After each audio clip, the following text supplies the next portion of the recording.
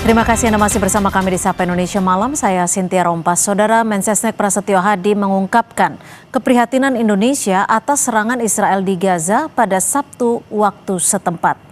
Mensesnek Prasetyo Hadi juga menegaskan Indonesia akan tetap membantu Palestina setelah menjadi anggota Dewan Perdamaian. Dirinya menambahkan Presiden Prabowo Subianto juga telah memberikan masukan kepada negara-negara anggota Dewan Perdamaian atas serangan Israel. Dalam serangan ini sedikitnya 32 warga Palestina dilaporkan meninggal dunia.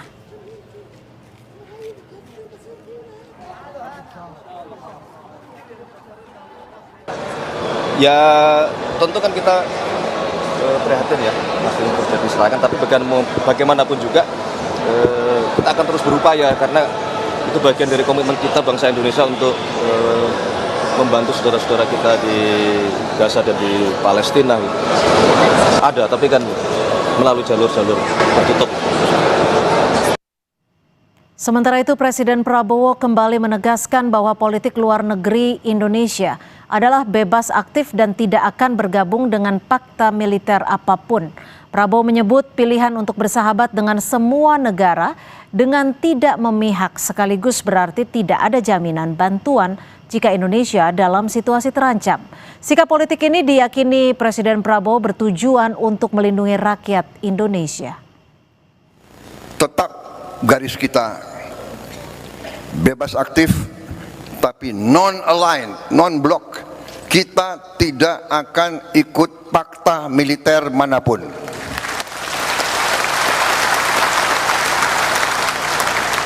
Kalau kita sungguh-sungguh mau non-blok, kalau kita sungguh-sungguh mau tidak terlibat dalam fakta, kalau kita sungguh-sungguh mau bersahabat sama semua, berarti kita sendiri. Kalau kita diancam, kalau kita diserang, tidak akan ada yang bantu kita, saudara-saudara. Percaya sama saya, nobody is going to help us. Kadang-kadang tidak gampang untuk dilaksanakan. Kadang-kadang hati kita bergejolak. Tapi kita harus senyum. Karena kita sudah memilih akan baik sama semua. Untuk melindungi rakyat kita. Di masa gencatan senjata, Israel terus melancarkan serangan ke Gaza, Palestina. Serangan Israel ini juga akan menjadi ujian bagi Board of Peace, bentukan Presiden Trump di mana Indonesia ikut terlibat di dalamnya. Bagaimana Indonesia dan Board of Peace harus menyikapi situasi ini? Kita ulas bersama anggota Komisi 1 DPR RI dari fraksi PKB, Syamsur Rizal, dan juga Guru Besar Hukum Internasional Universitas Indonesia, Prof. Hikmahanto Juwana. Selamat malam Prof. Hikmahanto, selamat malam Pak Rizal. Ya, Prof. Hik, bagaimana Anda melihat ada serangan dari Israel dan serangan ini terjadi di tengah gencatan senjata sudah disepakati?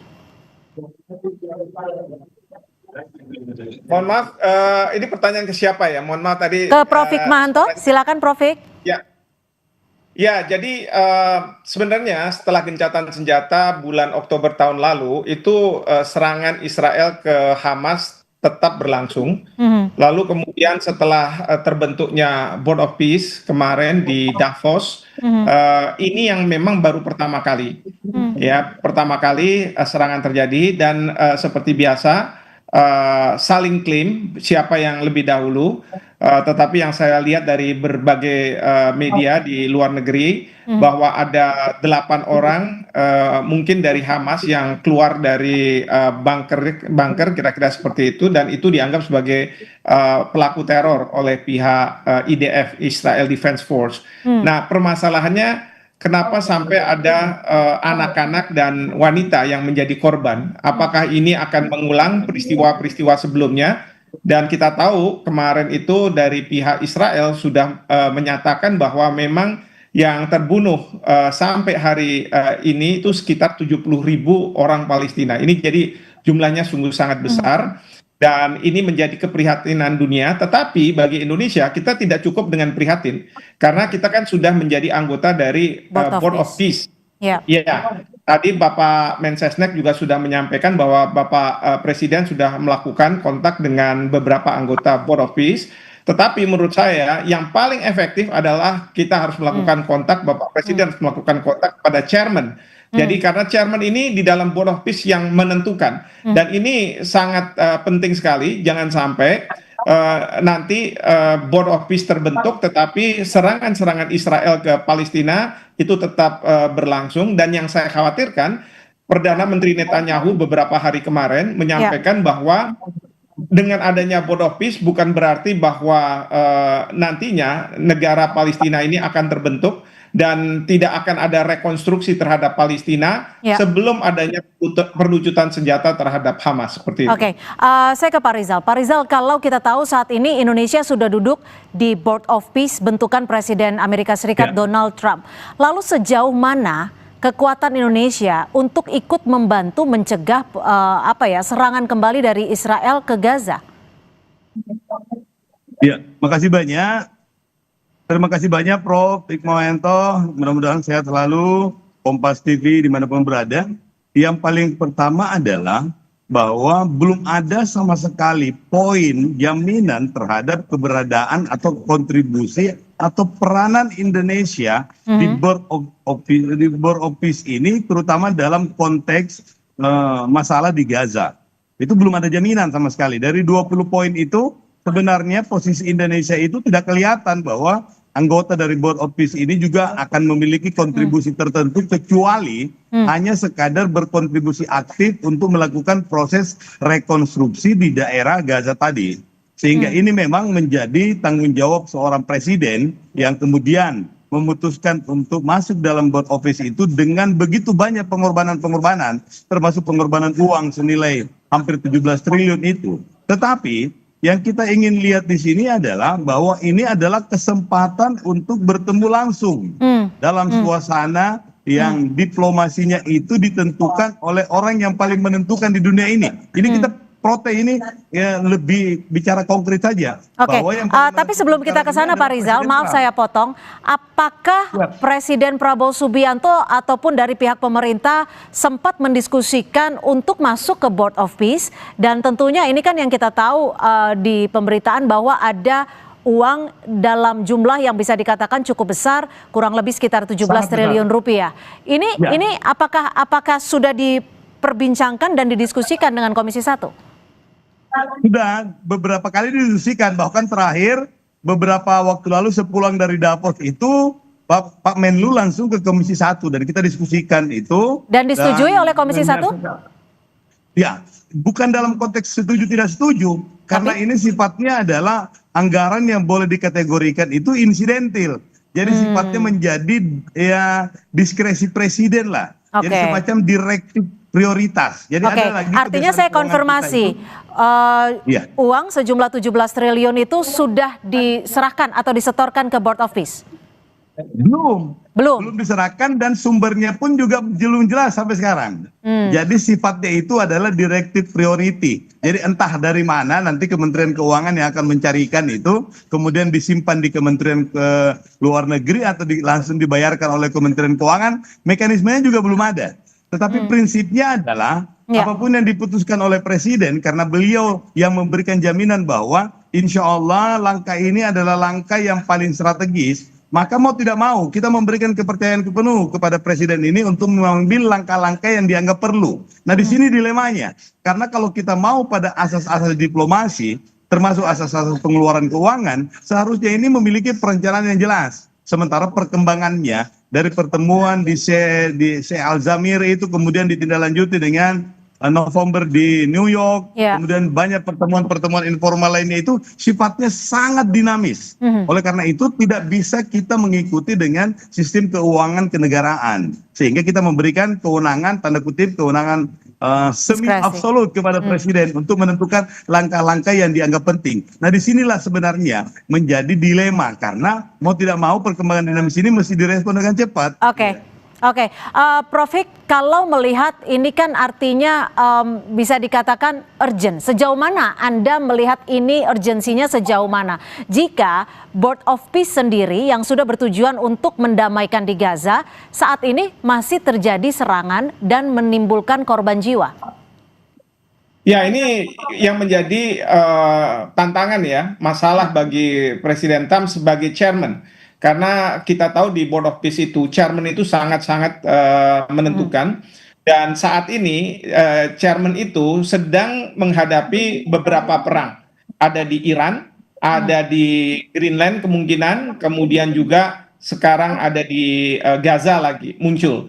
Nah, ini yang menjadi tantangan. Oleh karena itu, Bapak Presiden sudah melakukan kontak dengan beberapa anggota dari Board of Peace seperti tadi dikatakan oleh Mensesnek. Tapi jangan lupa, Menteri Luar Negeri, Kementerian Luar Negeri, mereka harus menyiapkan semua yang mungkin bisa dilakukan oleh Indonesia kalau kita mau bersuara di Board of Peace. Tapi kalau misalnya Kementerian Luar Negeri tidak melakukan apapun, maka sia-sia uang 17 triliun kita gelontorkan tapi tidak ada apa-apanya. Misalnya pada saat sekarang Indonesia bisa meminta agar Board of Peace membentuk fact-finding mission untuk menentukan sebenarnya apa yang terjadi di lapangan pada tanggal 31 Januari. Kedua, harus juga nanti dipastikan bahwa semua pihak tidak lagi melakukan serangan-serangan. Jadi harus ada, tidak boleh cuma sekedar menyatakan keprihatinan atau mengutuk dan lain sebagainya, tetapi harus proaktif seperti itu. Pak Rizal, jika Indonesia harus proaktif sehingga bisa bisa dikatakan dianggap oleh Board of Peace ini, diakui oleh Board of Peace ini, apa yang akan dilakukan? Langkah konkret apa yang akan dilakukan Komisi 1 DPR untuk terus mendorong Kementerian Luar Negeri? Tapi dijawab usai jeda. Tetap bersama kami di Sapa Indonesia Malam.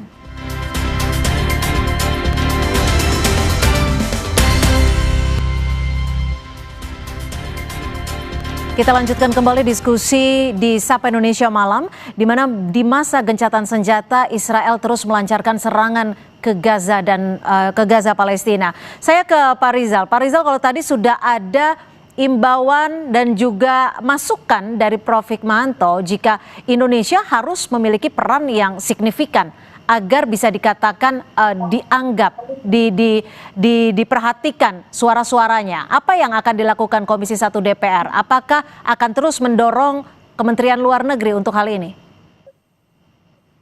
Iya, jadi dalam rapat koordinasi kita dengan Kementerian Luar Negeri, kita mencantumkan dua hal pokok yang mesti dipenuhi oleh Kementerian Luar Negeri ini dengan penuh strategi. Tadi catatannya Prof Hikmahanto itu sangat bagus sekali. Bagaimana Kementerian Luar Negeri menggunakan kesempatan yang sangat langka ini sehingga diplomasi Indonesia ini memiliki point of view baru, terutama sebagai pemimpin di Global South, bahwa Indonesia itu bukan negara kaleng-kaleng yang siap dengan segala resiko termasuk dengan segi pembiayaannya. Itu yang pertama. Dan Kementerian Luar Negeri mesti menyiapkan bahan yang super komplit, komprehensif, sehingga Presiden ini tidak mengambil langkah yang tidak benar atau tidak benar-benar mewakili kepentingan rakyat. Yang kedua, catatan kita itu adalah jangan lupa bahwa ini akan berefek kepada posisi Indonesia bukan cuma di luar negeri, tetapi juga di dalam negeri. Dan ini Kementerian Luar Negeri harus menyiapkan proposalnya lengkap dan menjelaskan kepada publik Indonesia bahwa apa yang dilakukan oleh Bapak Presiden ini adalah sesuatu yang sangat penting dan strategis yang akan menentukan kemana Indonesia nanti ke depannya dalam konteks pergaulan internasional. Jadi kalau kita kecilkan sedikit dalam lingkup Board of Peace, apa sebenarnya daya tawar Indonesia? Apa yang dilakukan Indonesia dan juga Board of Peace ketika masuk di dalamnya? Daya tawar apa?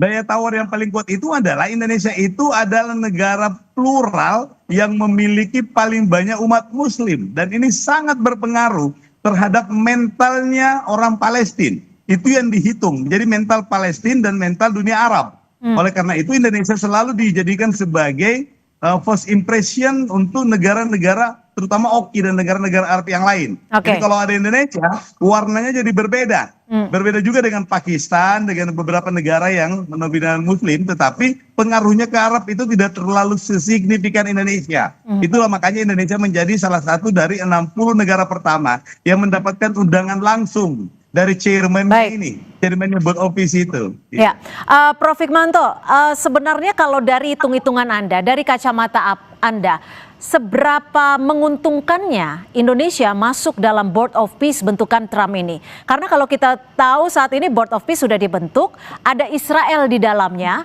sudah ada gencatan senjata, tapi serangan masih terjadi. Lalu apa fungsi dari Board of Peace ini? Nah itu yang saya minta pemerintah untuk menunda dulu ketika harus melakukan pembayaran. Kita lihat apa yang terjadi ke depan ini. Karena begini, selain ada serangan terhadap rakyat Palestina masih terjadi, padahal ini seharusnya dijaga betul. Dan yang kedua, Perdana Menteri Netanyahu beberapa hari yang lalu sudah mengatakan bahwa tidak akan ada negara Palestina yang berdiri di Gaza. Kalau sudah seperti itu, pertanyaan kita, masa kita akan memasukkan uang ke sana? Kalau misalnya sekarang akan ada pembangunan rekonstruksi di Gaza. Syarat yang diminta oleh Perdana Menteri Netanyahu adalah harus ada pelucutan senjata terhadap Hamas. Tapi saya yakin setelah serangan yang dilakukan oleh Israel, Hamas tidak akan mau dia dilucuti senjatanya. Karena sewaktu-waktu dia harus menyerang Israel. Nah ini yang akan merepotkan. Kalaupun nanti ada dana rekonstruksi terhadap Gaza yang menurut Bapak Menlu sebesar 17 triliun, pertanyaannya developernya siapa? Kalau developernya ini perusahaan-perusahaan karya Indonesia, Hutama Karya apa, Waskita Karya semua, ini kan bagus. Tapi yang sudah dilakukan ini dibajak oleh yang developer yang menurut Kushner, menantu dari Presiden Trump, itu adalah orang Israel. Kalau misalnya datang jatuhnya ke sana, kita kan memperkaya orang Israel. Lalu sikap Indonesia harus bagaimana dong? Kalau Anda menyarankan untuk sementara waktu menunda dulu, apakah ini artinya Board of Peace ini untuk sementara saat ini legitimasinya masih dipertanyakan? Masih dipertanyakan meskipun kita sudah bergabung karena berdasarkan pasal 11 piagam dari Board of Peace, mereka yang menandatangani sudah masuk. Nah, sekarang kan harus ada proses pengesahan terhadap piagam tersebut.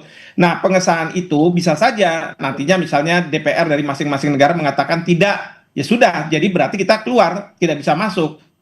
Nah, ini sekarang di tangannya Pak Samsur Rizal dan teman-teman di Komisi 1 dan DPR tentunya untuk mengkaji secara mendalam apakah memang kita dapat keuntungan atau tidak. Kalau Israel terus melakukan serangan-keserangan kepada rakyat Palestina, saya khawatir Bapak Presiden yang akan direpotkan. Karena apa? Publik akan marah, sementara serangan tetap berlanjut tanpa bisa dihentikan oleh Board of Peace ini. Seperti itu. Oke. Pak Rizal, lalu apa yang akan dilakukan Komisi 1 DPR setelah hari ini kita tahu bahwa Israel masih melakukan serangan ke Gaza? Apa yang akan dilakukan? Atau akan meminta pemerintah untuk menunda sambil melakukan kajian terlebih dahulu? Tidak. Kalau itu tidak kita lakukan. Kita minta kepada Presiden melalui Kementerian Luar Negeri ini untuk menjelaskan posisi yang ingin dicapai secara teknis. Jadi untung ruginya maksudnya? Ini adalah selain posisi termasuk keuntungannya?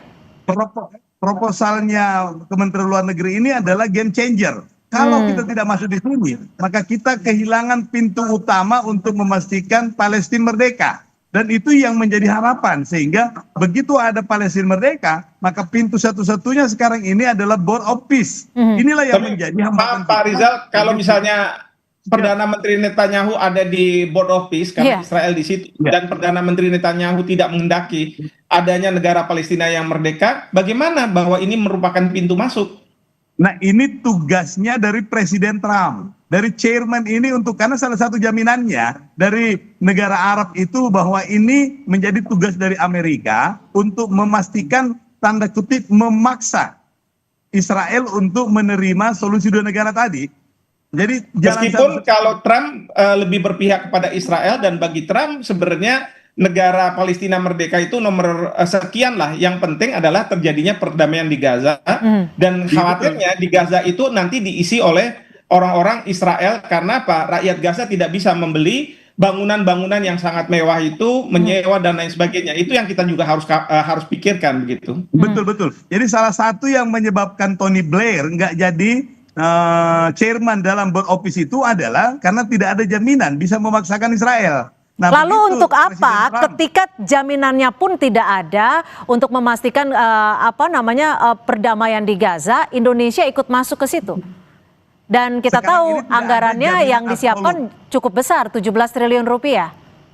Betul. Dan itu secara bertahap, dalam pengertian itu akan digunakan oleh board office itu untuk melakukan rehab rekon. Tetapi yang paling penting itu adalah tidak ada jaminan absolut soal tujuan kita untuk Palestina merdeka. Maka proposal ini mesti ada gain yang didapat oleh Indonesia dalam konteks diplomasi yang mesti dijelaskan oleh Kementerian Luar Negeri. Inilah juga yang kita tunggu penjelasan detailnya itu, tetapi kita memberikan kepercayaan penuh. Begitu kita katakan bahwa tidak ada pintu lain selain pintu ini, maka kita menyerahkan tanda kutip kepada Presiden Prabowo ini untuk mengambil keputusan strategis sambil menjelaskan kepada DPR, menjelaskan kepada publik Indonesia terutama, sehingga publik Indonesia tetap favorable untuk memberikan dukungannya, termasuk dalam pengambilan keputusan-keputusan yang lain, terutama di daerah Gaza. Tapi Pak Samsuri, kalau boleh saya memohon, kalau bisa, ini kita sambil jalan ya, karena apa? Opsi DPR untuk mengesahkan atau tidak mengesahkan itu harus tetap dibuka. Karena kalau misalnya Bapak Presiden mengatakan bahwa ternyata kita tidak bisa memberikan kontribusi yang signifikan, memberikan warna terhadap kebijakan-kebijakan dari Board of Peace, maka kita harus keluar, dan keluarnya itu memanfaatkan DPR yang tidak mengesahkan BOP ini, sehingga Bapak Presiden punya alasan kalau misalnya beliau harus katakanlah keluar dari BOP ini. Karena sekali lagi dari sisi Israel selalu sudah mengatakan bahwa mereka tidak akan mau adanya negara Palestina yang merdeka. Justru yang ingin mereka lakukan adalah perdamaian di Gaza, orang-orang Israel, dan di Gaza itu kemudian bisa dikuasai secara efektif oleh otoritas di Israel, layaknya di Barat. Prof. Dan juga Pak Rizal, jika memang saat ini Board of Peace dinilai tidak mampu melakukan perdamaian saat ini, ketika ada gencatan senjata saja serangan masih terjadi, lalu apa keuntungan Indonesia ada di situ? Keuntungan Indonesia ada di Board of Peace buatan dari Presiden Trump? Itulah yang saya pertanyakan sebenarnya. Kan Bapak Presiden sudah mengontak beberapa anggota Board of Peace, tetapi belum chairman. Karena di dalam hal seperti ini, chairman lah yang menentukan. Kedua, yang kalau misalnya sudah ada kontak, pertanyaannya bagaimana Kementerian Luar Negeri, Bapak Menlu, apalagi sekarang ada Wamen yang mengurusi Timur Tengah, bisa memberikan warna, dan itu yang kemudian harus didengar. Dan bagaimana akhirnya Israel itu tidak melakukan serangan ke rakyat Palestina. Saya nggak bicara soal Hamas ya, ini rakyat Palestina. Ingat, 31 orang itu di situ ada rakyat Palestina. Mungkin ada 8 orang, saya tidak tahu, 8 orang ini mungkin bisa menyelamatkan diri, tapi 31 orang sipil yang meninggal. Nah, ini yang harus diselamatkan, jangan sampai terjadi hal seperti ini lagi. Oke, Pak Rizal, terakhir, apa respon dari Presiden Prabowo, apakah sudah sempat didengar oleh Komisi 1 DPR RI ketika Israel ada di bagian Board of Peace? Belum, kami belum menanyakan secara khusus. Lalu apa yang akan didorong Komisi 1? Ada 2 catatan kita. Yang pertama, DPR siap untuk menjadi bumper, seperti yang disampaikan oleh Prof. Hikmanto tadi, untuk menjadi bumper reasoning dari Prabowo, dari Presiden Prabowo, kalau untuk mengambil langkah-langkah strategis. Yang kedua kita minta adalah supaya Kementerian Luar Negeri ini menyiapkan proposal untuk meyakinkan rakyat Indonesia, opini rakyat Indonesia itu terhadap dukungannya kepada Prabowo. Dan inilah yang paling penting, sehingga opini ini mesti dikerjakan secara simultan. Jadi secara teknis kepada DPR dan kepada pihak-pihak teknis terkait, yang paling penting ini adalah meyakinkan publik Indonesia bahwa langkah ini adalah langkah yang penting strategis sebagai game changer dalam penyelesaian perdamaian di Gaza. Oke, singkat saja Pak Rizal, 17 triliun anggarannya betul dari APBN? Betul, pasti dari APBN. Dan seperti saya bilang tadi, Iya. Oke, baik. Nanti kita masih akan lanjutkan, sepertinya akan masih panjang. Dan kita juga akan melihat seperti apa Board of Peace bisa melakukan perdamaian dan juga mewujudkan perdamaian di Gaza. Terima kasih Pak Syamsu Rizal, anggota Komisi 1 DPR RI dan juga Guru Besar Hukum Internasional Universitas Indonesia, Prof. Hikmanto Juwana, sudah memberikan perspektif di Sapa Indonesia Malam. Selamat malam. Selamat malam, terima kasih. Prof. Assalamualaikum.